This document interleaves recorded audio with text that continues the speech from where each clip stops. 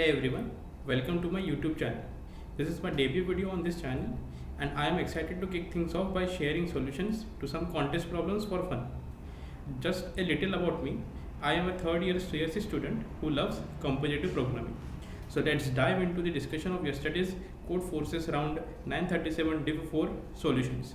I managed to crack 5 out of 7 questions successfully. So we will be focusing on those today. Stick around and let's get started.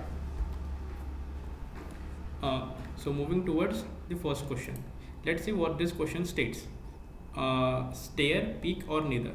So we are given 3 digits A, B and C and we have to determine whether they form a stair, a peak or none of them. So we are given the two conditions. One condition is for stair and another is for peak. If this condition satisfies, we have to print stair. If this condition satisfies, we have to print peak. If both condition doesn't satisfy, then we have to print none. So this is simple if else question, very basic question. Let's see the input format. We are given the t test cases as integer and then each test case has 3 digits A, B and C, and for each test case we have to print either stair, a peak or none. So let's look at the solution directly. So this is the solution for it. Just this is the condition for stair, this is the condition for peak. If both doesn't satisfy, we have to print none. That's it. That was the first question. So it was very basic. Now let's look at the question number 2, B, upscaling. Let's see what this question states. You are given an integer n and you have to output it to n cross 2n checkboard where 2 cross 2 squares we have to print, like we have to form a 2 cross 2 square in this 2n cross 2n checkboard, and we have given that we have to print hash and dot alternatively, and we have to start this cell with hash. So let's understand what this solution is, what this question is trying to say. Many of you may have understood it, but let's see. So let's see this test case n is equals to 3. So as you can see, we are given n is equals to 3, so we have to output 2n cross 2n, that is 6 cross 6 matrix. So 1 2 3 4 5 6, 1 2 3 4 5 6. So initially what we have to do, we just create an empty 2D matrix of 2n cross 2n. So after doing that, now let's do the main part, that is printing hash and dot. So we are given that we have to start with hash. So what I have done is we can keep a pointer, that is we can keep a flag that will tell us that whether we have to print hash or dot. So so this is very basic approach, that we will keep a flag which is initially 1 or 0 as you wish, and if it is a 0 then you print hash, and if it is 1 you print dot. So after printing hash we will update our flag, and then after printing like hash and dot we will keep updating our flag. So how we can fill this 2 cross 2? So we will start from this position 0 comma 0 and we will write hash or dot according to flag in this 4 cells. So how will you get this 4 cells? If this is 0 comma 0, this is 0 comma 1, this is 1 comma 0 and this is 1 comma 1. So generalizing it, if this is I comma j, you have to print you have to put hash or dot on I comma j, I plus 1 comma j, I j plus 1, I plus 1 j and I plus 1 j plus 1. After doing this, we will increment our pointer by 2 because we have marked the 2 2n cross 2n, like 2 in rows and 2 in columns. So we will increment 2 in rows as well as 2 in columns. So after marking this block, we will jump directly to this block, and now our flag is 1. So if flag is 1, we will do the same thing with this 4 squares, and next we will jump to 2 to this square, and we will do the same thing with this square. Now when our row is finished, so our column should also increment by 2, so that our row should also increment by 2. So if we are here, so in next iteration we have to move here. So you may have got the intuition that we will take 2 for loops, we will run them from 0 to 2n and increment them by 2 for I in range 0 to 2n comma 2, for j in range 0 to 2n comma 2. We will do this like in written format also. First let's understand the intuition here. Next now I have jumped from this row plus 2 to here. Now I have to keep track of this also. Like if I have started from hash, then I should be here with the dot. So what I have done, before entering in second for loop, I have saved my previous flag value in a variable, and then I have changed that value and then assigned it to flag. So this is the solution what I did. Now let's move towards the solution of it. So this is the solution. Like I said, we have to take input and initialize the matrix. I have initialized it with a 0 string. You can initialize it with anything. So I have kept a flag. So if the flag is 1, I will print hash. If flag is 0, I will print dot, and we will increment row and column by 2. So now we are currently at ith row. So I will save my previous flag in the previous I will save the current flag in previous variable. Next I will go in the second loop, and as I said, I plus 1 j, I j plus 1 and I plus 1 j plus 1 should be marked with its corresponding symbols, and we will keep changing flag every time. And after this loop is finished, we have to assign flag opposite value as the previous ones. So here it is, and after that I am just printing the whole matrix. So that was the solution for second question. Now let's move towards this third problem, clock conversion. So this problem states that given the time in 24-hour format, output the equivalent time in 12-hour format. Okay, so this is a very clear question that everyone should understand it. We are given a time in 24-hour format, and then we have to print it in 12-hour format. So everyone knows what is 24-hour format and 12-hour format. So I will just discuss the input format directly. Like we are given the t test cases and we are given a time, and we have to convert them into 12-hour format. So in 12-hour format, the hour should be always in between 0 to 1 to 12. So here we don't have to do anything. So where we don't have to do anything, that means it is already in 12-hour format, and it must be AM, because in 24-hour format, before 12 there are AM, after 12 there are PM. So here we don't have to do anything. So this is obviously AM.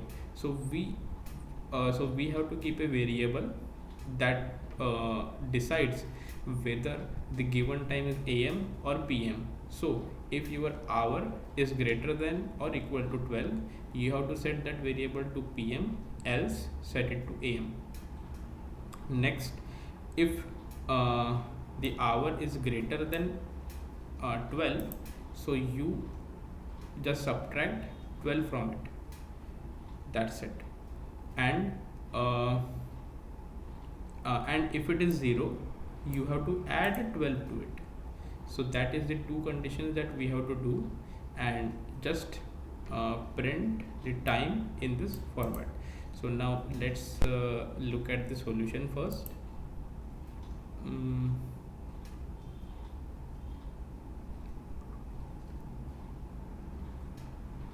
So this is the solution. Here I have taken input in form of string. I splitted it by colon, and I will have two variables in my list. In the left, the first element of the list will be hour, and second element of the list will be minutes. So I have taken a variable meridian to check whether it is am or pm. So if my current hour is less than 12, it is obviously am, else it is pm. Now I have to convert it to a 24-hour format into 12-hour format. So if h is greater than 12, not equal to, if it is greater than 12, like 12 is acceptable but 13 is not. So if it is greater than 12, h minus equal to 12. And also if h is 0, then also we have to change it. So we will just add 12 to it, and this is just to print in the given format. Like if hour is less than 10, like if it is 1 o'clock, so we have to print 0 1, not 1 0 1. So that's why this is the if else condition. You can understand it by just looking at it, just printing format, and that's the solution for third question. So the first three questions are very basic questions that don't need much explanation. So moving towards the fourth problem, which was a good question, and yeah, so let's read the problem statement and understand it. Okay, so what does this question state? Let's call a number a binary decimal if it is positive, if it is a positive integer and all digits in its decimal notations are either 0 or 1. So this line is just telling that what is a binary number is. Okay, so all of you and us knows that what is binary number is, just consisting of 0 and 1s. Yes. Now what is this question asking us? This question is asking that you are given a number n, and you are asked whether or not it is possible to represent n as a product of some binary decimals. Okay, so let's understand what it is saying. So maybe it is here are given explanation test cases. We will just understand by it. So taking first example 121. So what it is saying, this is very bad, but okay, very tricky. So where was so 121, what is this question saying?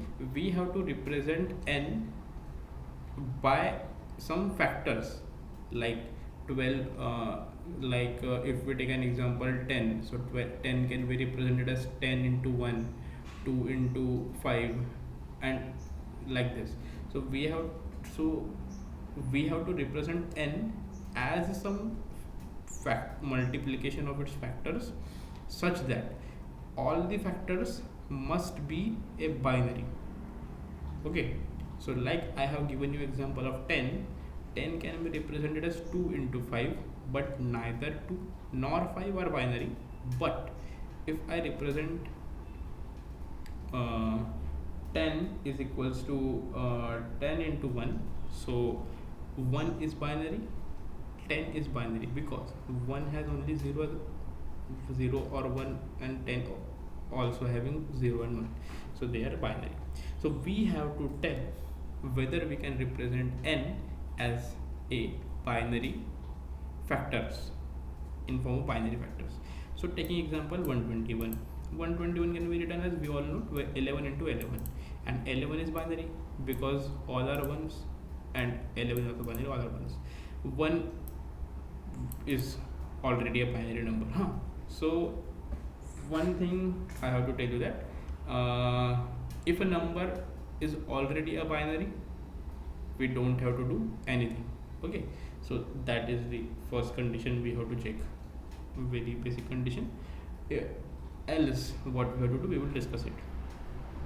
So next, this is 14641, it can be represented in this form, and all are binary. Okay, but if we take another example, like where is no 124 is very big, 99, say suppose we take 99. Okay, so we take 99, okay, so 99, so 99 can be represented as 9 into 11, 9 into 11, 3 into 33,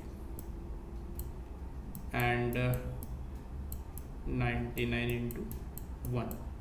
I guess yes, these are only the three representations that 99 can be represented as its factors. So this is binary, this is not, this both two are not binary, this is binary, this is not. So the answer is no for 99. Similarly, for all these three numbers also, you can check it that it is no. Okay, so the question is how we can check that whether we can represent it as a binary or not. So first intuition that came to my mind is that we will collect all the factors of that number. Okay, now how will you do that? That is very easy. That is very easy to do that. I will show you how. So I will tell you first intuition that we will collect all the factors of that number. First we will check whether a number which is given, that is already a binary or not. If it is binary, we will just print it and continue. Okay, if it is not, then we will collect factors of that number, all factors. Now we will, after collecting the factors of that particular number, suppose we have this number 14641. Okay, so 14641. Okay, this is our n. So our first thing to do is whether it is binary. No, so we will collect factors. So what are its factors? 11, 11, 11, 11. Correct? Okay. After collecting these factors, we will traverse in these factors. So when traversing, we will keep checking that whether this factor is a binary or not. Okay, if it is binary, we will use it. Okay, so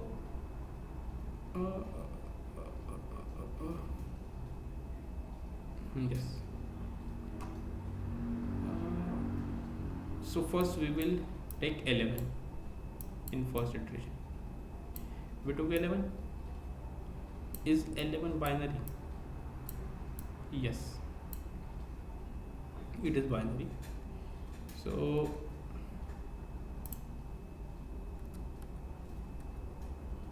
sorry, I have to go somewhere. So yes, so we will take 11. Is 11 binary? We will use it, and we will update our n 14641 by 11. What this comes out to be, I guess 1331, I think. If we take this 11, only 3 11s left, and 11 cube is 1331, I guess.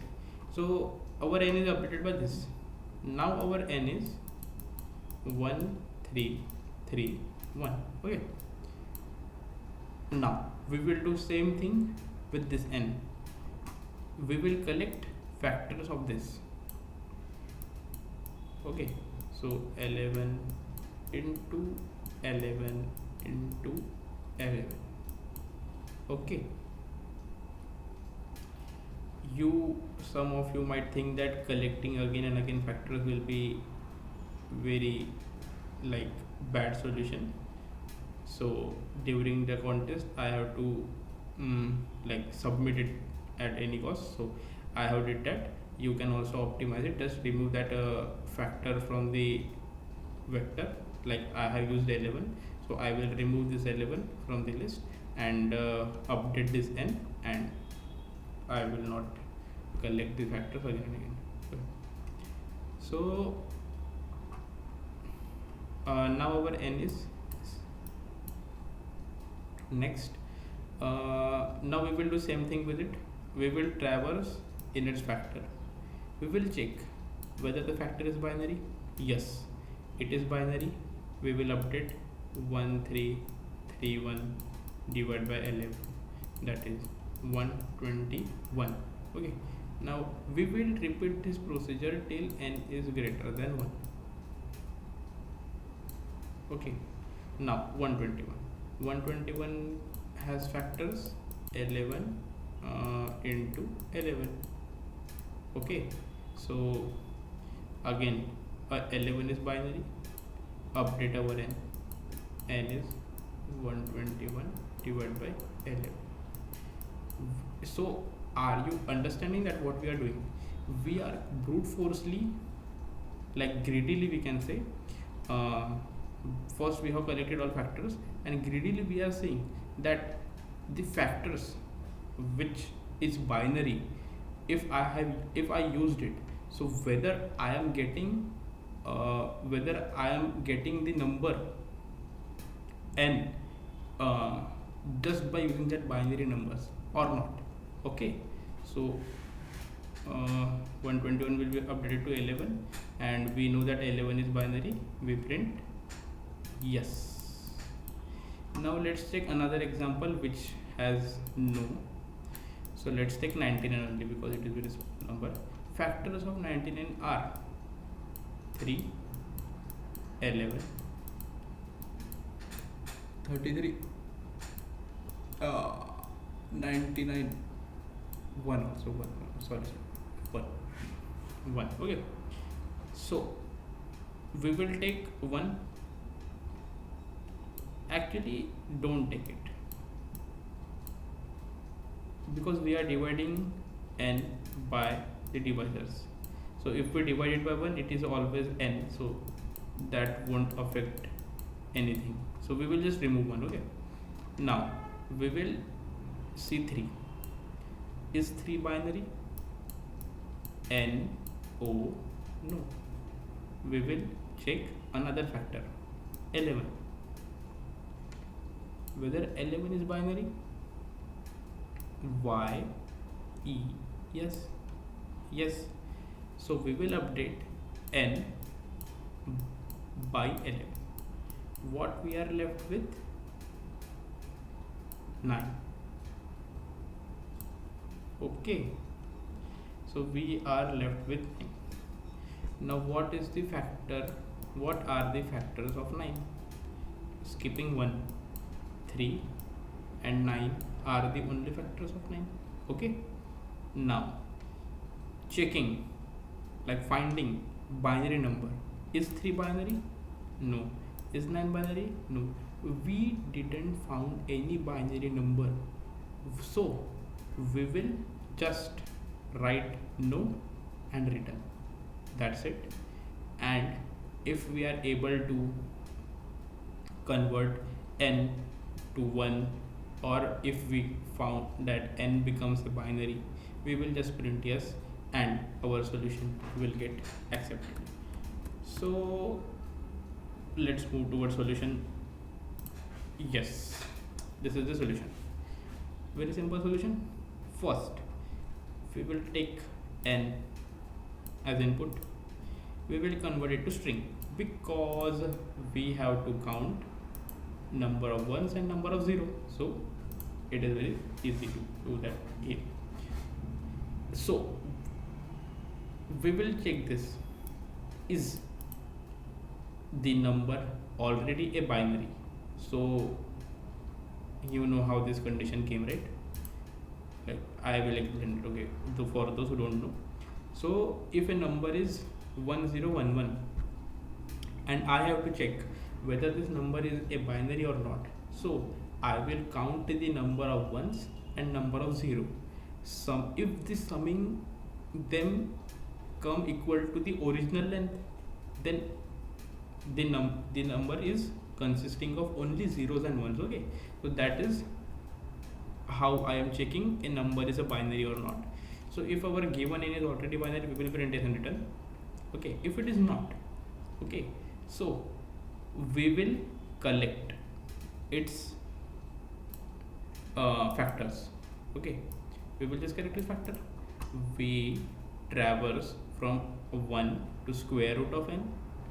If that I divides our n, we will add that as a factor, I as well as n divided by I. Okay, so 2 okay, you get it. After collecting the factors, we will sort them and we will erase. You know why this statement came, because the first element is always 1 and that won't affect whether 1 is present or not, so we are erasing the first element. Okay, next, so this is just greedy approach, so you can do it or not. Okay, next we keep a flag. I will tell you why is this flag here. We traverse in our vector where factors are stored, doing the same thing, converting that factor to string, like here 11. So we are converting this 11 to string and doing the same thing, like whether it is a binary or not. So count ones and zeros in that string, whether it is equal to n, take that factor, update our n, make flag is equal to 1 and break, because we got our first binary factor. Next, like sorry, I have mistakenly said that you have to do this, or you may get the wrong answer. Like we will divide our n by the greatest greatest factor first. Okay, so that it can reduce very fast. Now if I didn't find any binary factor in my vector, that means the number cannot be represented in the form of binary. I will just write no and return. And when the while loop breaks, if I am able to stand this much, like if I am able to reach n is equal to n greater than n less than 1 or equal to 1, so we will come here, write s, and that will be accepted by Codeforces. So that was very like mathematical question. So yeah, now moving towards probleming, that is also some part is the same as previous, some part that is collecting factor. I will tell you how. Now first understand the question. Nearly shorted repeating substring. Now you are given a string S of length n consisting of lowercase Latin letter. Okay, so there is no problem in string, all the letters are lowercase. Okay, now we have to find length of shortest string k such that several copies of k can be concatenated together to form a string with the same length s. But the condition, this condition is important, but it should be deferred by only one character. Okay, so what this question is saying, we will write that on our board here. So let's take this example, this two example let's take. Okay, yeah, can we paste it? Yes. Wow. So first example,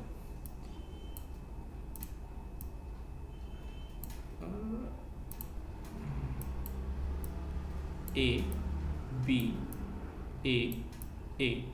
Okay, so if the question would have stated we have to find maximum string, it would be the first question of our contest, because we will just print this string and our accepted. But we are asked minimum string, like string with minimum length. Okay, so what can be the possible strings which we will take from this and concatenate it, that will form this string. Okay, suppose I take A, my k is equals to A. I take this first character, you can take anything, B, A, first character A. I will concatenate it 4 times.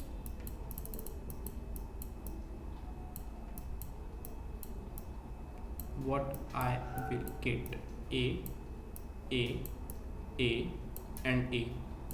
This is the string I will get, and this is the original string.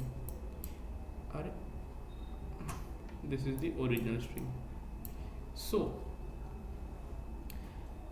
whether it is satisfying our question constraints or not, our question says that this new string must differ at most one character. Okay, so it can differ with like 0 characters, like either the whole string which is generated is same, or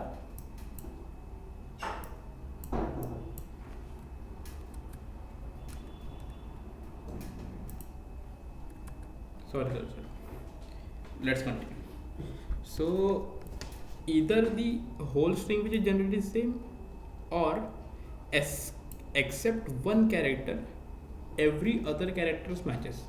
So in this case, if we skip this second character, the remaining 3 characters matches. Okay, so taking k is equals to A is valid, and the length is 1, that's why the answer is 1. Taking example of this string, the string is ABAA. Okay, so let's suppose I have chosen k is equals to A. What my string will be if I take an A. Okay, but this string differs by 2 characters, which is not valid. Okay, we will try B. So that will also be not valid, because this 2 character will be different. What string will be formed? B. So this 2 will match and this 2 will not. Okay, we can take B. So what next we can take? We can take AB. We can take AB, right? We can take AB. So if we take AB, AB, AB, our original string was AB, BA. These two characters don't match. If I take BA, then BA, BA, these two characters don't match. So what do I left with? What is my last option? My last option is to take the whole string A, B, B, A. This is the minimum string I can take. What is the length?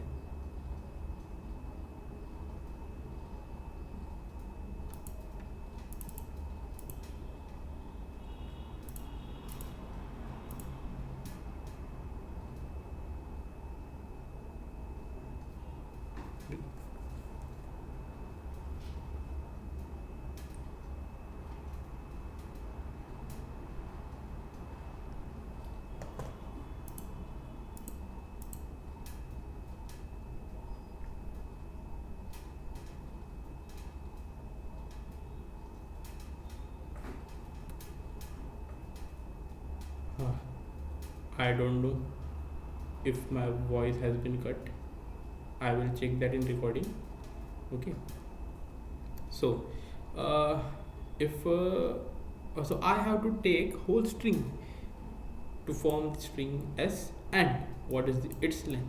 4. So 4. Okay, so we have to do this for everything, every test case. So what is the first intuition that came? Okay, let's talk about the intuition first, because that is a very important thing that we should have. Without that you can't approach any question. So what is the first intuition? So you can't tell me because this is the recording, so you just think of it. If I have S of length, suppose I have S of length 5. Okay, suppose I have S of length 5. So tell me, what should be the length of K that I am choosing such that concatenating it X times will form S. Okay, just think, don't do it.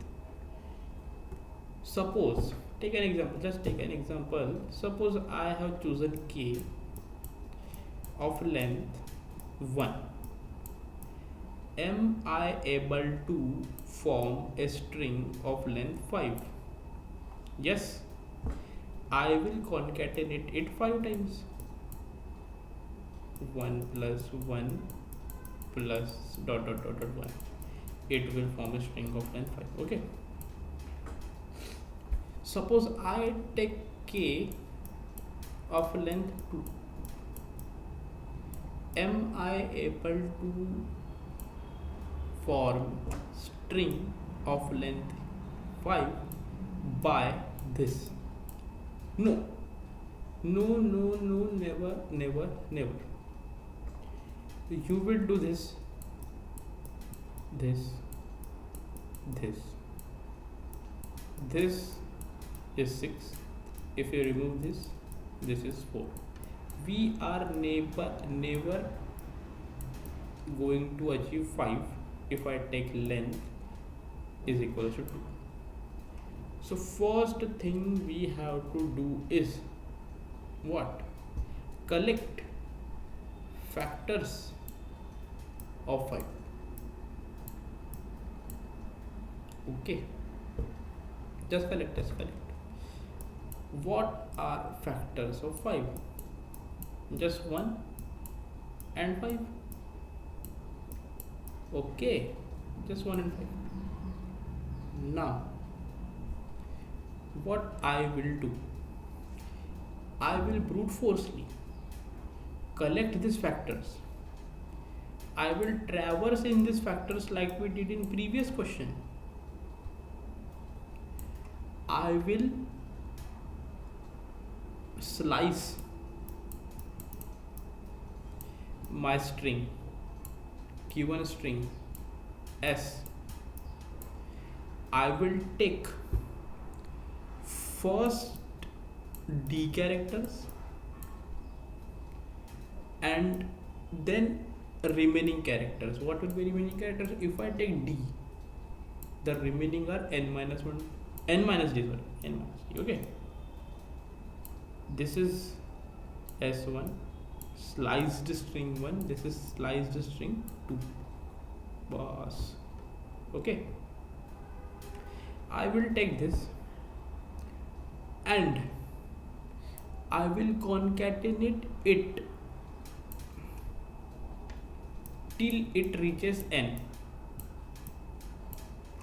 If my substring S1 is of length 1,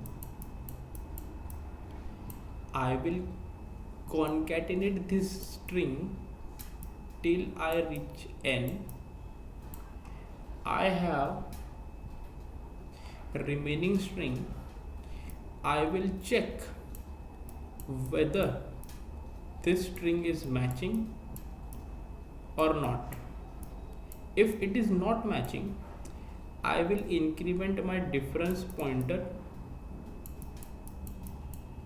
that if I take this slice, how much characters are different.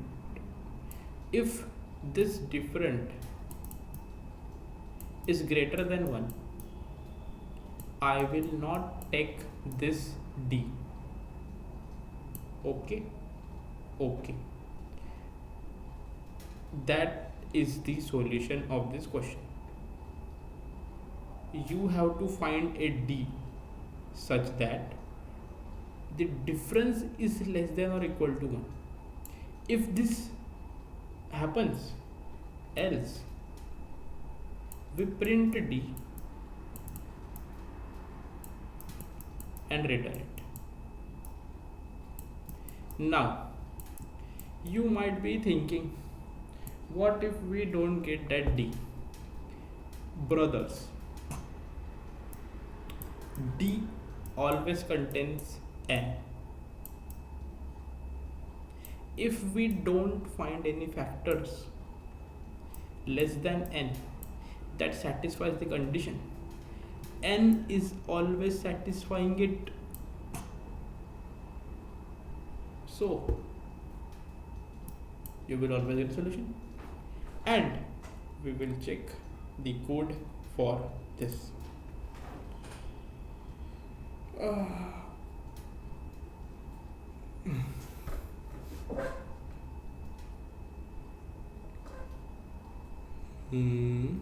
Yes, this is code.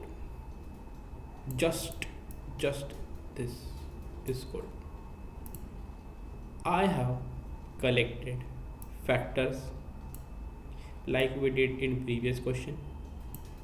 I have sorted it.